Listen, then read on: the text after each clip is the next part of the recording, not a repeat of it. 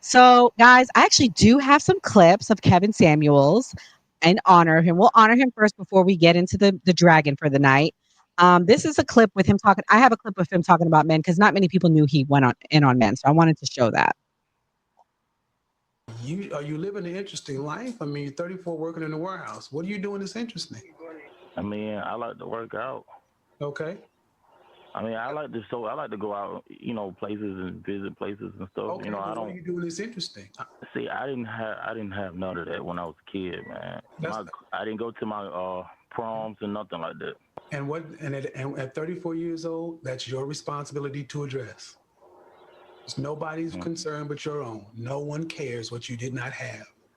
Our sales manager contacted me and said, "Hey, we're gonna need Your problems. That's it. I didn't have a father. That's my problem.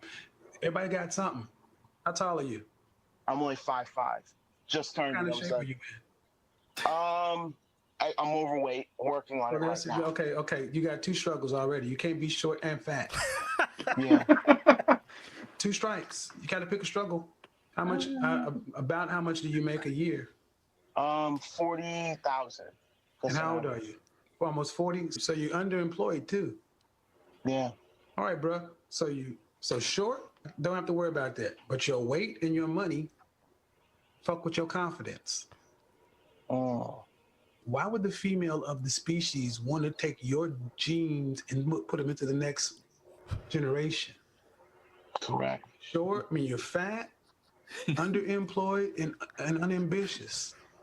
Should males like that in the animal world be able to mate? No. At 38 years old, is this where you thought you'd be in life? No. And what are you doing about it? Working out. No, you ain't working out. You're fat. That's true. See, this is why I have these conversations, because a lot of this stuff gets lost in the sauce when women start talking about women and these red pills and all this other kind of stuff. This ain't got nothing to do with women. See, at 5'5", at 5'5", you should be in shape for you. You. Woo! That was a nice That was fun break great. before we drag tonight. Um, Kamal, did you knew he went after men before this? Yeah, I knew. I already knew. Hell, when he was like, on the some would say at his top, he was still going after men because some men would call in and he'd be clowning their ass.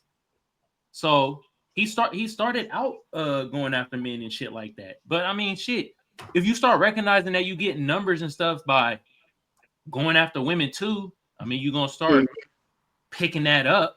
You feel me? So, and like less men start actually calling in, more women start calling in. So, Yeah. And in all fairness, guys, another thing, Enzo, he was going after men first for years and he didn't get the attention he got till he went after women.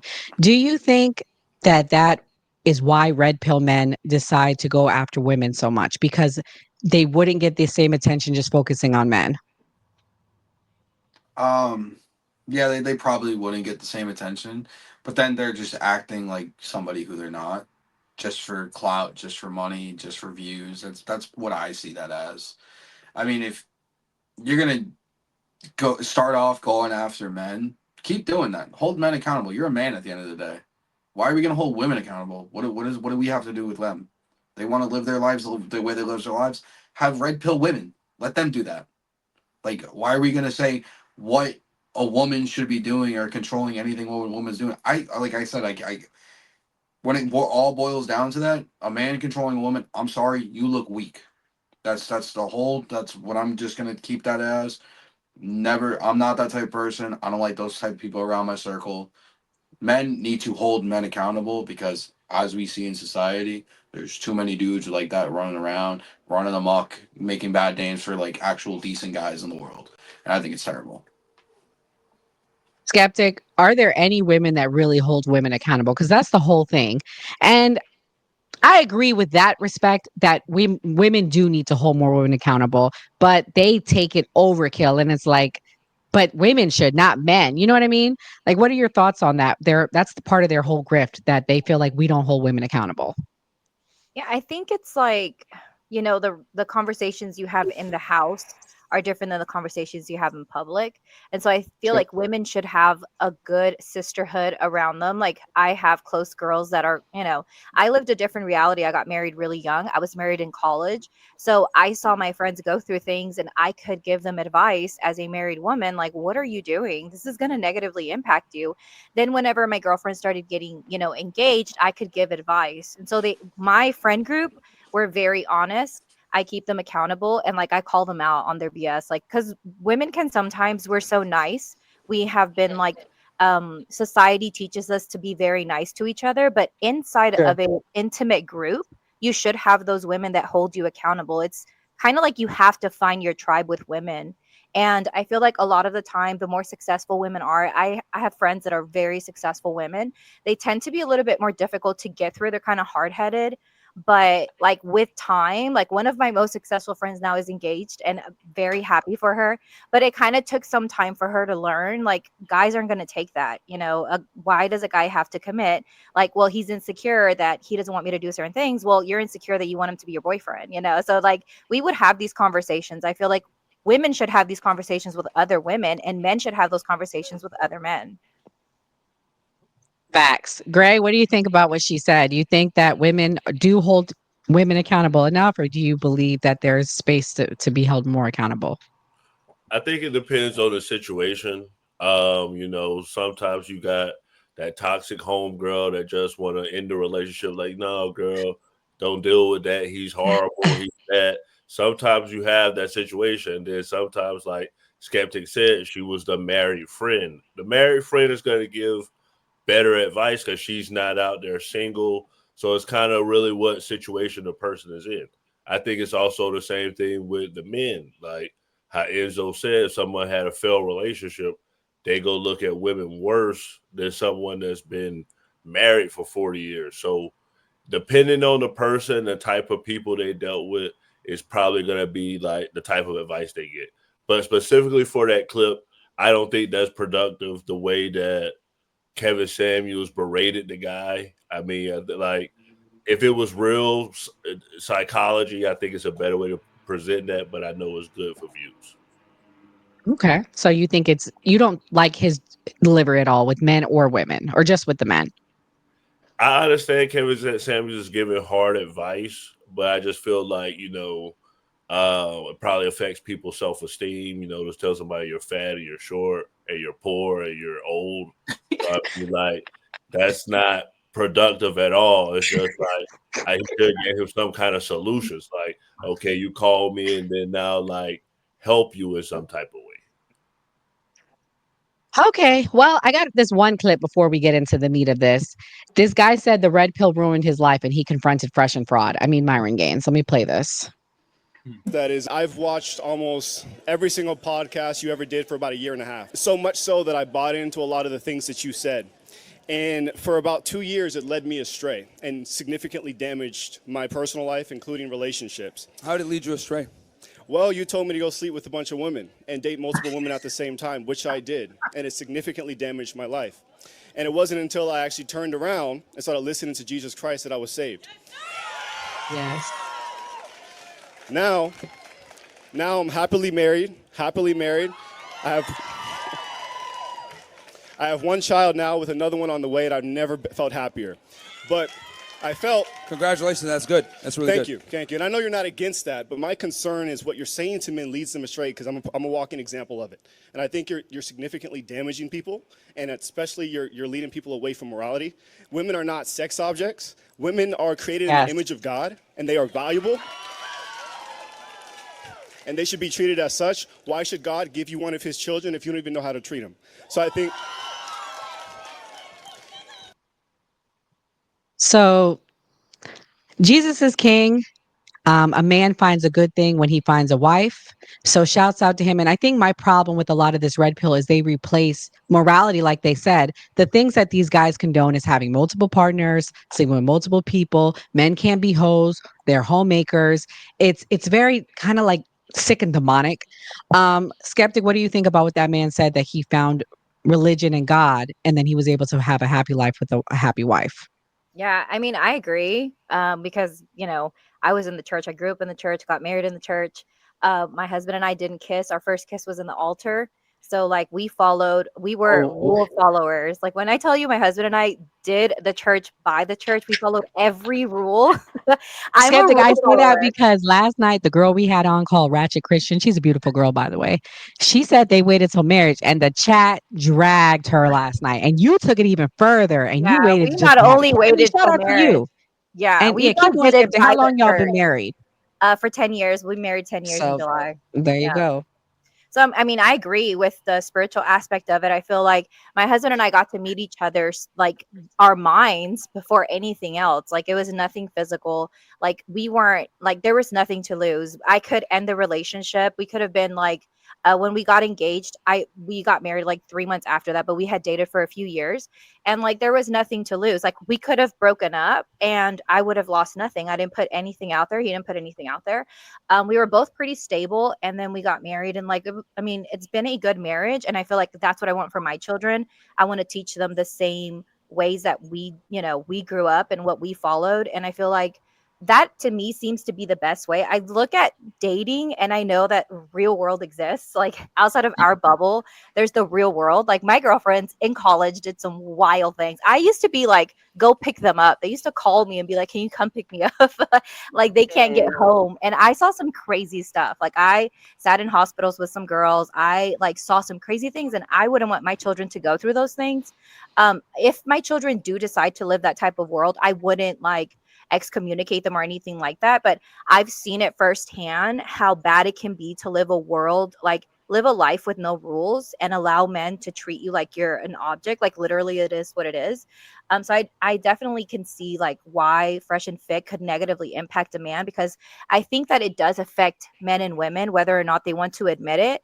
Becoming that close to multiple people does negatively affect you. And that's just from like my like seeing people and watching girls be tore down, and the things that they go through. I'm not like there to judge them or anything like that, but like to be a friend and to see that firsthand is really sad. So I think like he is influencing young men to do bad things. Enzo, that's beautiful that Skeptic shared that story. But is that real life? Is that really how dating goes? I mean, the reality is most men are not going to wait for a kiss or even sex. Let's be honest. Do you think that that's the right path that people should go on to avoid heartache? I mean, if you want to follow the church, absolutely, that's the right thing to do. I was raised in the church myself. Went through Bible study every Wednesday up until I was like 12 years old. But did I follow every rule in the church? Absolutely not. And that's great, honestly, Skeptic. That was Yeah, honestly great to hear that that was a people beautiful actually do story. that. Like I Hmm. always thought, I was like, yeah, they preach this, yada yada yada. Nobody does. That's what I always thought my entire life, literally up until this moment. So to hear somebody actually did that, I applaud you. That is great. But Hmm. to some people, that's just not reality. I'm one of them myself. And it's a personal preference thing at the end of the day. Like if you want to wait till marriage, that's perfectly fine. You could do that. There's no shame on those people that do or that don't. Um, with what Fresh and Fraud, Mr. Myron Gaines teaches, I think it's absolutely terrible. Like, listen, I was that little shit back in the day that was talking to multiple women, sleeping around. I did all that. But then again, I was like 15, 16, 17 years old, not 20, 30, 40 years old doing that. Like it's so True. stupid once you get to that age. Like what are you really gaining? What are you just gaining a body count? You're probably gonna gain something else too by doing that, guys. Let's be honest. That's what I see that Facts. as. I hung around a lot of girls growing up, so I mean, they held me accountable for that shit. Once I got a little bit older, they're like, "Yeah, this is not what women want at the end of the day. Like, what are you doing?" Like Brooke, who's always on my live, I call her the mom of the group because she keeps me fucking in check all the time. Like relationship wise, I go to her.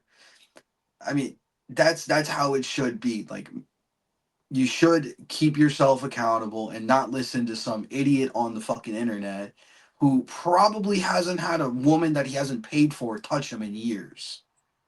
That's what I see him as. Like I'm gonna take advice from some dude on the internet who has a beautiful family before I listen to some dweeb who's talking down on women. Well, he got a woman, guys. He got himself some illegal lady. And this is not against anybody Hispanic, but I question this person that's with him. She's fresh off the boat, and he talks bad about immigrants. So to me, it's like that's another hypocrisy of his, is his girlfriend that he has, who I don't even believe is his girlfriend. Kamal, what do you think about what he said? Do you agree or disagree? Well, I mean, first I gotta play this sound effect right here because you know. Jesus Christ, there we go. You feel me? Second, I mean, I gotta be honest, bro. Got to take some of that accountability, bro. You listening to a podcast called Fresh and Fit, and the motherfucker on there ain't even fresh.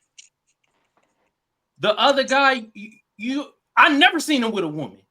He said he got a girlfriend, but I seen him in more beds with more white men than I done seen him in the bed with his own girl. I'm confused. Why would you listen to somebody like that? That don't make no goddamn sense to me. I mean, we know they spewing bad advice and stuff like that, but at this point, bruh got to take some accountability. He like, it's your fault that I done slayed all these women. I'm like, kind of both y'all fault. You listened to the advice, you drunk the Kool-Aid, and you wasn't happy with the end results. All right. I'm glad bruh found Jesus Christ and shit like that. You feel me? To get to get his woman. Congratulations. But I mean, if I was his woman, I'd be questioning, like, you really listen to this guy right here? Mr. I don't go back to Sudan to help my people Gaines? Like, look at bruh. He playing grab ass every time you see him in a picture with a white dude, but he telling y'all how to slay women. It don't come on, make it make sense. You feel me? That's just how I feel. I'm like, hey, glad bro found Jesus Christ, but at the end of the day, bro, you gotta take some accountability, man. You feel me? Man, Kevin Samuels would have roasted, bro. He'd have been. So you gonna blame some people on the internet for what you do with your D? Nah, man. Nah. You know, but we already know goddamn Fresh and Fit be giving badass advice, you feel me? But it's that thing, accountability, you know. Ray, what's your thoughts? You got married pretty young. You had a baby, right, in high school. So, do you wish you took a different path, or do you appreciate the path you took? No, having a kid young made me grow up pretty fast. I probably definitely wouldn't have went to the army if I didn't have a baby in high school. So I'm appreciative of that, but to give my own like person I dealt with a red pill story in my own life. So I was the old guy at work. I was doing delivery at Papa John's in the evening. So I'm the old guy, and I'm with all the young kids. They like 19 and stuff like that. And actually, my supervisor was a trans, but it was a girl being a guy. But I don't know. But a guy that started the same day that I started, he was Was it like a trans girl or a trans man? I honestly thought it was like a girl being a guy, but it was actually the other way around. I was like, you guys sure? But it's like, it's like gossip at work. So you can't say anything. It's like, but I'm gonna tell you what happened. So this kid, he was just like, really? He was like, yeah, man, me and my brother and Andrew Tate, he used to do Trump impressions all the time. He was a funny kid. And he was really like red pill, right?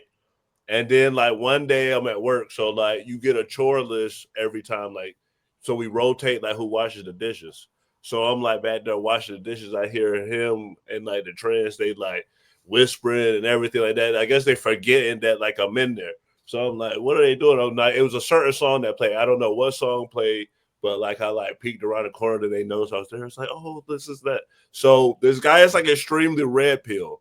But then the rumor goes around the store that he was messing with the trans guy. So I don't know if that's a defense mechanism